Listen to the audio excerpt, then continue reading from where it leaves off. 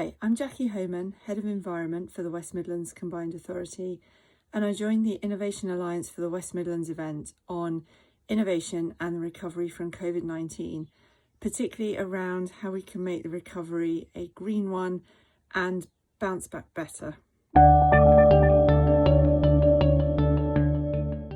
Hi everyone, I'm Alison Fulford, the Environment Manager for National Grid and Chair of the Innovative Low Carbon Working Group. So recently we brought together stakeholders from across the region for a working group session to discuss ideas for green recovery after COVID-19 and to focus on the net zero future given the real change in circumstance and some of the dramatic changes we've seen recently. So we discussed this around a few main themes. One area was transport. We talked around how the new normal after COVID, the aspiration would be to have a lot less cars on the road and keep our improved air quality that we've seen and reduce emissions. So to do this, there was discussion around public transport. With acceptance, in the short term, people may be more nervous around public transport and maybe more concerned around social distancing. But then in the medium term, how do we up our capacity and how do we promote public transport around the region? With some ideas such as looking at things that are maybe free at point of use. So really interesting. Then we also focused on green infrastructure, which is hopefully going to be a huge part of things going forward, and how we can monopolise on people's increased walking and cycling and increase green corridors across the region to make this a viable option of transport going forward. We also discussed things like e-bikes and e-scooters and how we can link into that as well. The next topic was the resilience and recovery and the role of business and communities within this. So resilience was a really strong theme in the discussion, and it was really interesting to discuss both from a business perspective but from a community perspective.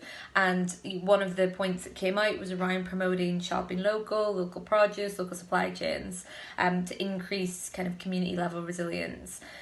We also discussed around for SMEs and certain areas of industry, how could we refocus them onto the climate emergency and get them to work in that space as a way to help rebuild them after any troubles they're under at the moment, and how we can take that going forward and use that talent to address some of these issues around the climate emergency that we've got. And then finally, I think we talked a lot around the power of the community that we've seen with COVID-19 and how people are really stepping up to the challenge to support their communities. And so whether we could look at harnessing that power through things like community hubs and looking at things like the sharing economy and how we can support each other in the context of climate change and achieving net zero across the area. Then finally, there's a few other points that people mentioned that I just wanted to put out today. One was around circular economy and ensuring that there's kind of broad policy and planning support for this. So we may see changes in some of the buildings that we have in our towns and cities, particularly office use is likely to change as people continue to work from home more.